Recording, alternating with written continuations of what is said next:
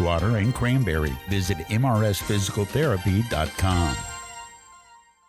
When accidents and injuries happen, you need the experience and insight of the legal team at Luxembourg, Garbett, Kelly & George. Since 1934, they've been committed to the physical and financial recovery of personal injury victims. Why choose the law firm of Luxembourg, Garbett, Kelly & George? Attorney Larry Kelly explains. First of all, we've been AV rated by Martindale-Hubbell. It's the highest rating you can get for legal ability and ethics, and that comes from our peers. We have board-certified civil trial specialist, which is like another bar exam. Would you go to a doctor who is not board-certified? Probably not. I've always said, and I tell my daughters, I have 3 daughters who are attorneys. Those in the profession know. The lawyers of LGKG have the respect of our peers, and that's all I ever cared about. For your free initial consultation, call the law firm of Luxembourg, Garbett, Kelly & George at 724-658-8535 or online at lgkg.com. Luxembourg, Garbett, Kelly & George, keeping promises for over 80 years. Joey Jones is coming to Pittsburgh. Join St. Barnabas Charities to honor Joey Jones at a Founders Day celebration Thursday, April 25th. Jones is a Marine veteran, military analyst, and author. Tickets on sale now to hear his inspirational story of courage and determination. Proceeds benefit the St. Barnabas Free Care Fund. Buy tickets online at stbarnabascharities.com or call 724-625-3770. You're listening to 99.3 FM, presented by St. Barnabas, in addition to 1230 WBVP Beaver Falls. Welcome to the Best of Beaver County, presented by St. Barnabas, a weekly segment dedicated to putting the focus on the amazing things and the amazing people behind them in Beaver County. The Best of Beaver County is sponsored by and content is provided by St. Barnabas. The show airs every Thursday from 11 to 11:30 on WBVP, WMBA, 99.3 FM, and Facebook Live. Now, with no further ado, let's welcome host Mike Romine to introduce today's program.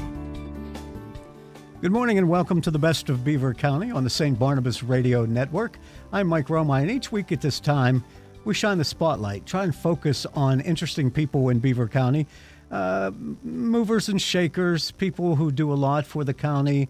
Sometimes they're business people, sometimes they're just regular citizens, and sometimes they're elected officials like we have with us today.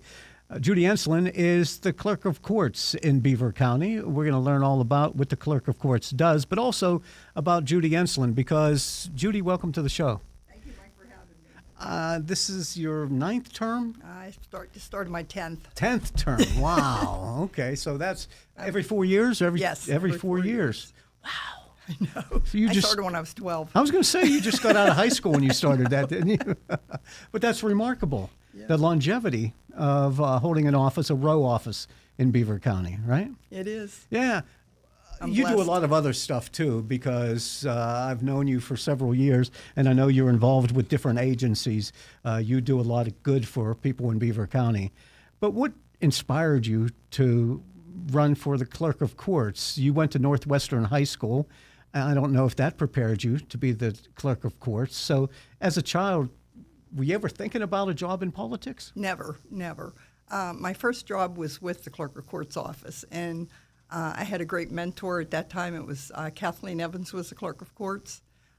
She taught me a lot. She promoted me up to Chief Deputy because of the work I was doing and the leadership I guess I was showing at the time.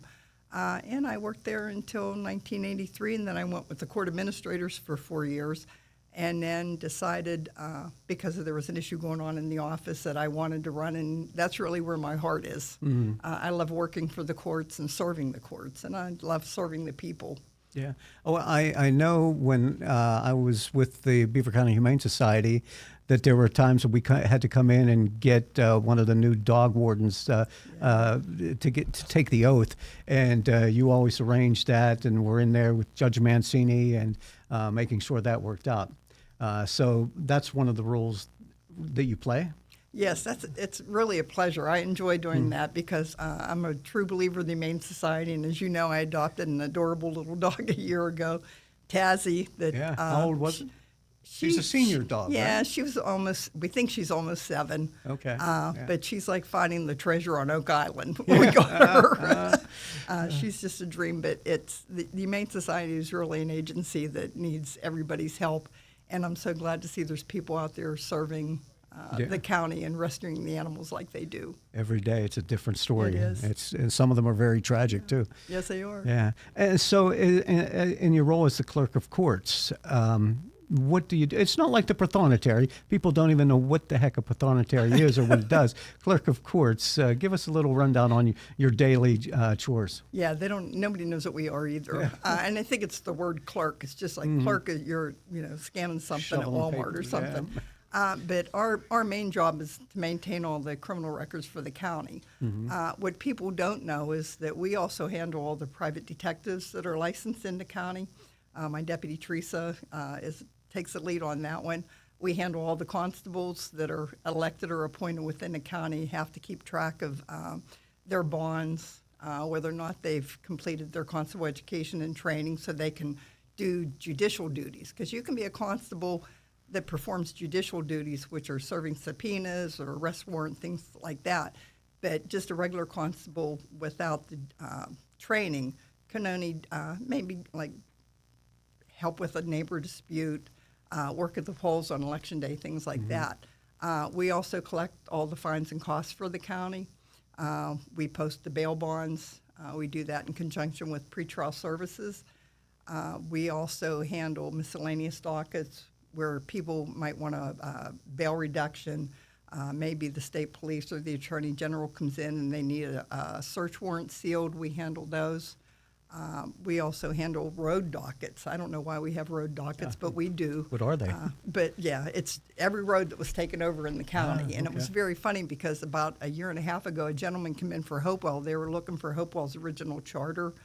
Couldn't find it on microfilm because back then, since Beaver County was the pilot program for microfilming, the film, they said at that time, would last 100 years. Well, it Didn't. obviously didn't.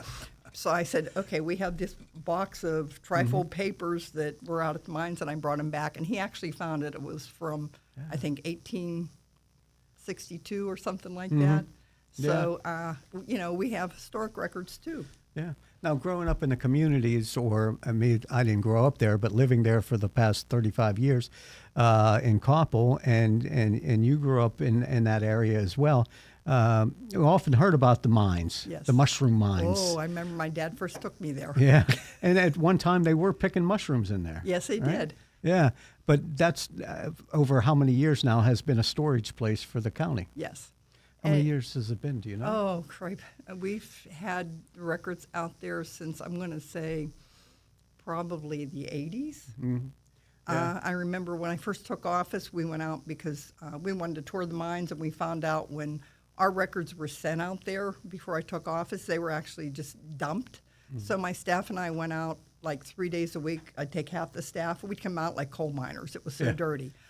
It's not like that now. It's very organized. Everything is barcoded. So if we want something, we have to say, this is our barcode number and have it retrieved, which the county has to pay for. Comes out of my budget. They charge us for every box we bring back.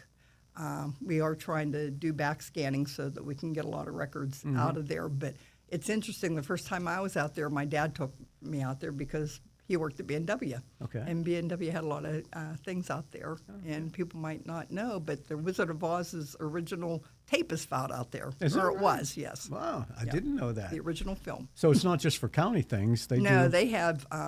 When we drive in, at that time we could drive in, and we knew once we got in there and signed in, we'd go through the door and we'd wait till we could see the Macy's Christmas decorations, and then we knew we had to turn left. Wow.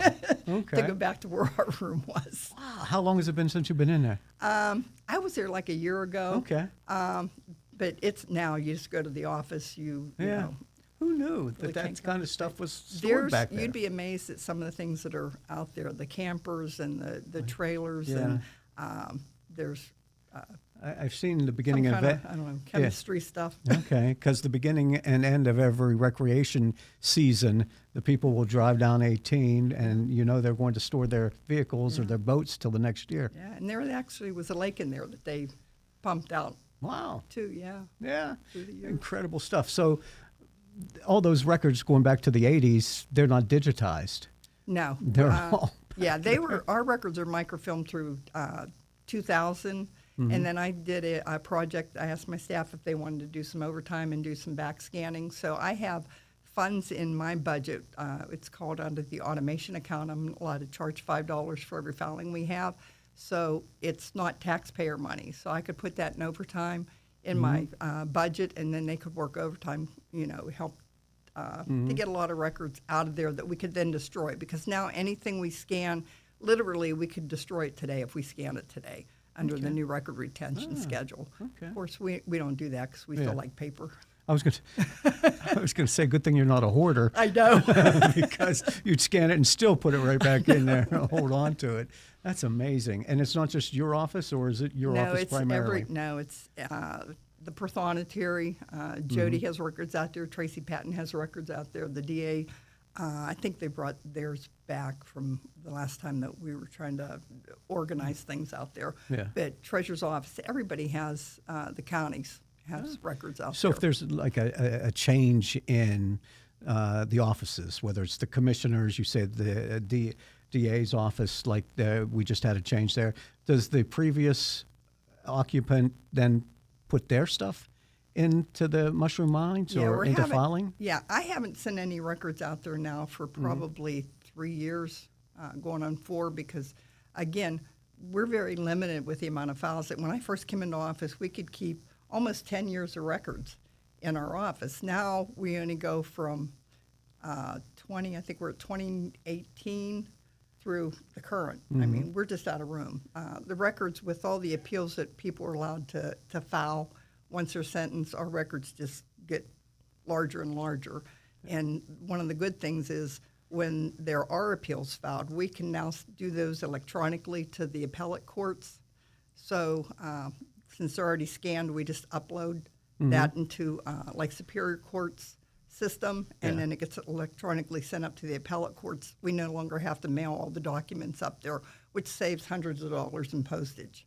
Wow. On that. Yeah, so that's important for the taxpayers of Beaver County to know, because they're always worried about It's free. where the Our taxes are. software system that we have is operated by the Administrative Office of Pennsylvania Courts, so they have control of everything. So it doesn't cost us anything. I used to have to pay, I paid about $1,400 a month for a scanning system we had when the AOPC opened up what's called ERMS. It's the Electronic Records Management System. It's free. So when we scan, it doesn't cost us anything. Yeah, incredible. And it's available to all the court offices. Why would people come to the Clerk of Court's office? Well, you might want to post bond. See, that's a good If you thing were to know. sentenced, you'd have to come in and pay your fines, costs, and restitution, and you can do that in person. You can do it over the phone through the UJS portal. You can do it online. Those people who are paying their fines or prison records, I'm sure they're not the most, the kindest people that you come across. No, we've mad at had you? some. They get mad at us because, you know what, everything we do in that office, we have to follow the Pennsylvania Criminal Rules of Procedure. So it's not me making the rules up. It's the Supreme Court that makes the rules that we have to follow. And I'm meticulous. You know, if you follow the rules, you'll never make a mistake. Not that we don't make mistakes. We do. Everybody does. Sure. But we follow the rules. But, yeah, we get the bad end of it because somebody's sentenced today. My collection staff creates their payment plan and tells them, this is how much you owe. And then when they get their bill from us, it's like, I was just before the judge and I only received a $100 fine and you gave me a $2,000 bill. Well, it's all statutory fees that are required by the state. The county gets very little of fines and costs that are imposed. Its majority is the statute under the state. Now, the thing is, when they say you can't afford a DUI, you really can't. Yeah. You really can't with because it goes up towards $2,500 and up. We do have people that have gone on the ARD program. Now, if you complete everything, pay everything in full, you can have your record expunged. And that's one of the biggest things that upsets me, that the people that went on ARD, they don't follow through. They'll have everything paid off. They've completed all their programs that the court imposed, but they don't come in to get their record expunged. That record is on your Permanent record? Permanent record for life. And we've come up with a very easy way to have your record expunged. We tell people, it's in your best interest to always have an attorney to represent you, but now we created a form with probation. They'll take the document, take it to probation. Probation will sign off, say they've successfully completed it. They come down to our office. We give them the information to fill out a one-page form to have their record expunged. We pass that on to the DA. He reviews it to make sure he consents to it, comes back to me. We send it down to Judge Tesla. He signs off on it, and then it's up to us to notify all the arresting agencies. Again, and that's something else people don't know. We have to notify the state police, the arresting agency, the DA. Anybody that had their fingers in that case, we have to notify, send them an affidavit. They have to return that affidavit to us to verify they destroyed their record. So if you call in, say, 2 months down the road or 6 months down the road to say, I want a copy of Mike Romai's record, they might have your case number and say, oh, he's number 10 of 24. Well, I don't have a public record under that number. We have nothing. I'm surprised they don't say which one. We've got hundreds of them on file down there. Beaver County Clerk of Courts, Judy Enslen, is our guest. We're going to take a short break and then come back with more, find out more about Judy and the Office of Clerk of Courts. Amy, it's so good to see you. Jennifer, how are you? I'm fine. How are you? Is your mom doing any better? Thank you for asking. I don't know if I can answer without being emotional. I'm sorry. I'm just tired and worried. I can't always be there for her, and it's so stressful. I really understand. That's how I was with my dad. I'd recommend calling St. Barnabas. We did. We started with just having them come in for home care. He was so excited to see them show up. And when he needed more, we were able to move him in at Beaver Meadows, where he still has his own home-like space and excellent care. Thanks for telling me that. I don't even know how to start, but I have to do something. Oh, you can just give St. Barnabas a call. They have directors that can explain how it all works. Trust me, you'll feel so much better, and so will your mom. I'm so glad I ran into you. Visit stbarnabashealthsystem.com or call 724-443-0700 for care apart from the ordinary. Best of Beaver County on the St. Barnabas Radio Network. Our guest is Beaver County Clerk of Courts, Judy Enslen. Before we took the break, Judy, you were talking about getting records expunged, and some people don't follow up on that to have it done. Do people ever come in, they're so disgruntled about getting the fine and finding out how much it is, they ever come and try and pay you in coins? Yes, we've had that happen. And here about a year and a half ago, we told a gentleman because he had multiple DUIs, and we said, look, we can't give your license back because that's one of the conditions to get your license back. Yeah. PennDOT has taken it, but you're under what's called an Act 122, which means you either have to be in compliance with your payment plan or be paid in full. And we had given him so many opportunities. We kept changing his payment plan to help him out. Well, finally, he had enough of us, and he said, I'm just bringing in $7,000. I'm paying off. Well, he waited till 4/20 and come in with $7,000 in $1 bills, and he was so kind. He took the wrappers off and kept sticking it in our drawer. So it took three of us till almost 6 o'clock that night to count him out because he kept talking, and then we kept losing count. And then when we had to take the money to the bank, I had to put it in 2 satchels. And then I had to call the sheriffs to go with me, obviously, because I have all that money. 2 shopping bags full of money. See, but they take it out on you. Yeah, and it's not us. Yeah. It's just, this is what, you got to realize if the court puts you on 2 years probation, we create the payment plan based on you have to be paid off in 24 months. Now we have a collection and enforcement court that we joined up with our probation department. I have Liz and Brittany, well now it's Liz and Vicki that goes into hearings with the probation department, and while they negotiate with people that are off of probation just to make sure they're paying, they can create their payment plan and payment agreement and everything right there. They hand it to the individual. If they don't comply with it, then they're turned over and they have to face the court and it could possibly be held for contempt of court. Yeah, but. The staff, and now we're getting a lot of phone calls because under Act 96 of 2006, we have the IRS intercept. well, not IRS, it's the Department of Revenue. Yeah. So people will call in and say, you took my state refund. Yeah. Why? Well, you owe fines and costs. Yeah. But the saddest one was because there's also a lottery intercept, and some poor guy won like $13,000, and he owed like $25,000. Yeah. Yeah, he called, and I said, that would break my heart. Yeah. If it was me. But he probably knew he had these charges they backed do, up, yeah. like somebody with alimony, and that's you handle those Yes. cases as well. Well, not alimony. No. That's all domestics. Okay. And for thought and theory, Interesting. And in terms of your longevity in the position of clerk of courts, 40 years now, right? Almost 40 years. How have you survived it for that long? Because these offices go up for election. I really don't like the politics part of it. Yeah. I love serving the courts. It's like, we join partners with CareerLink to do these expungement and reentry and pardon. Now we have the Beaver County Pardon Project. It's things like that. We were seeing people come in that wanted to get their record expunged, and they didn't have the money. Because if you want a regular non-conviction expunged, it's $286. ARDs are $132. But people would come in, they don't have the money, so they say, well, I can't. Now we have a veterans program, veterans court Judge Shaheen handles. You talk to the judges. These judges you can really talk to. And I said, look, this is what I'm seeing at CareerLink. Can we work something out? And the judges' full cooperation. Okay, if they go through CareerLink and they complete that, they get their certificate of completion for their reentry, they'll waive the filing fees. If you're a veteran, if you can supply us with the DD-214 showing you had an honorable discharge, the court will waive the fees.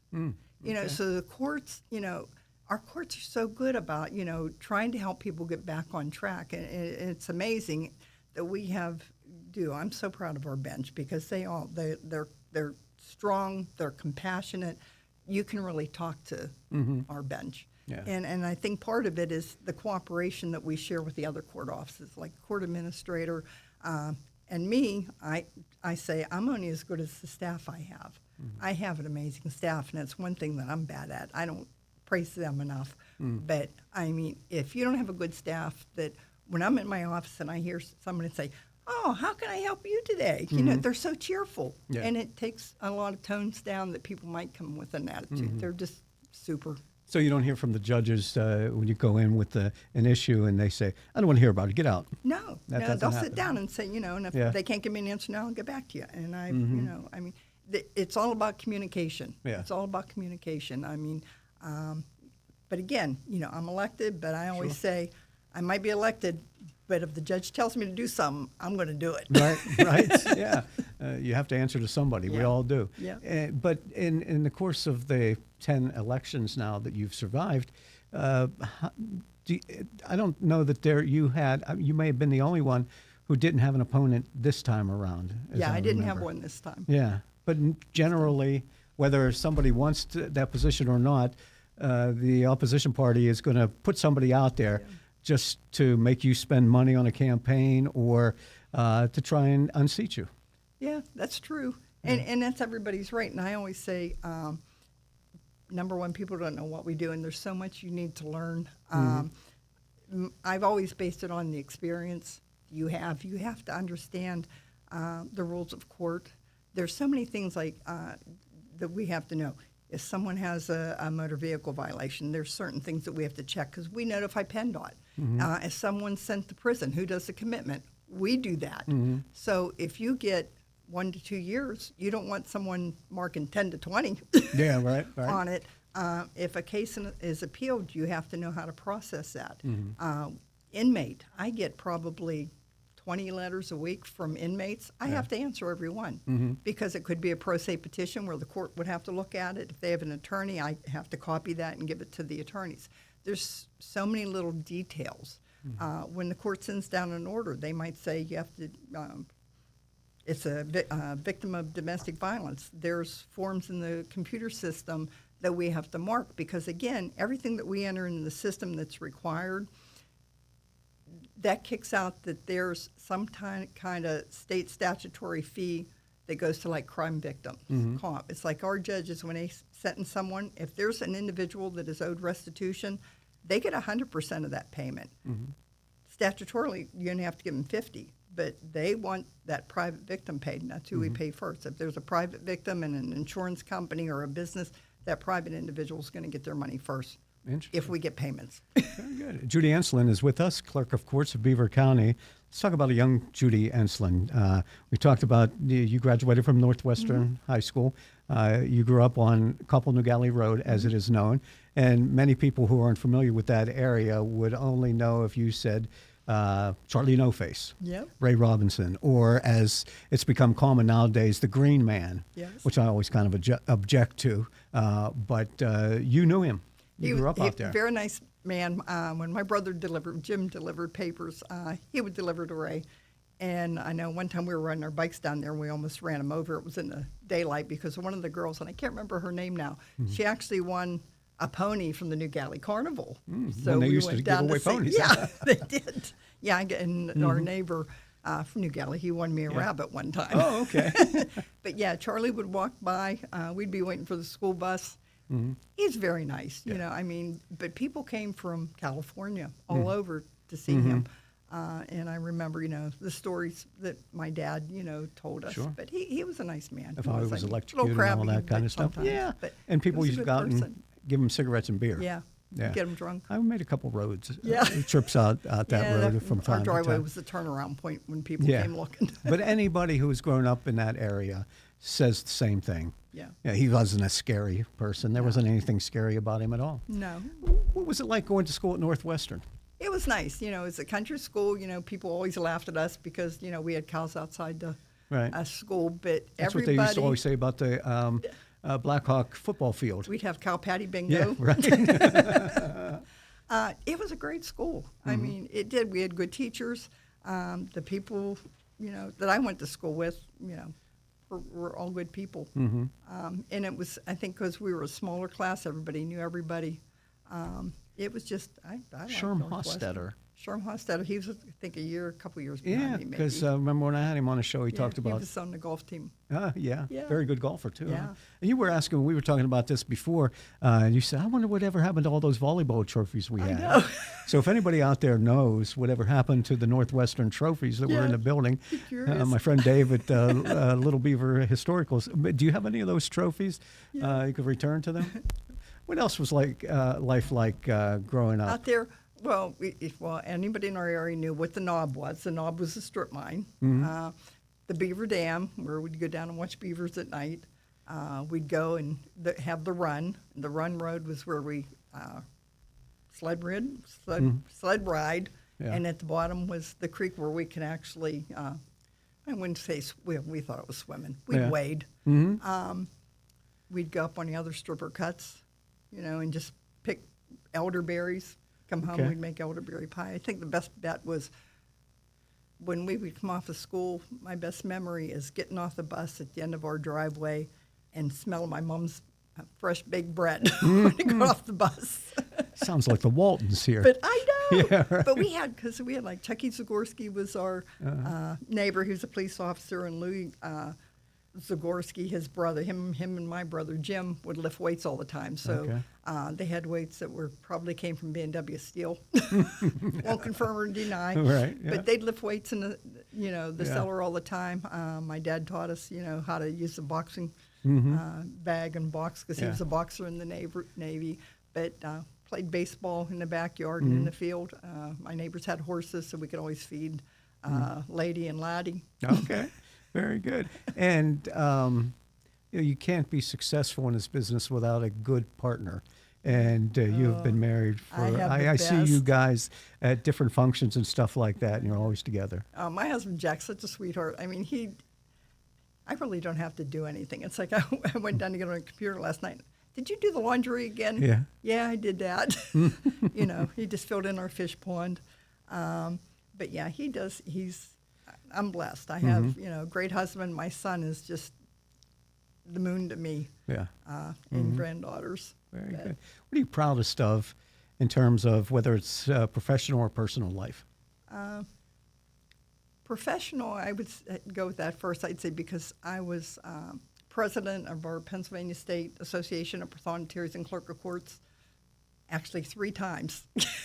First time was like in '97, and then I went back up through the ranks again. Of course, that's when COVID hit. So I had like our conference all planned, and then we had to cancel everything, and then we let somebody else go, and then I was president again.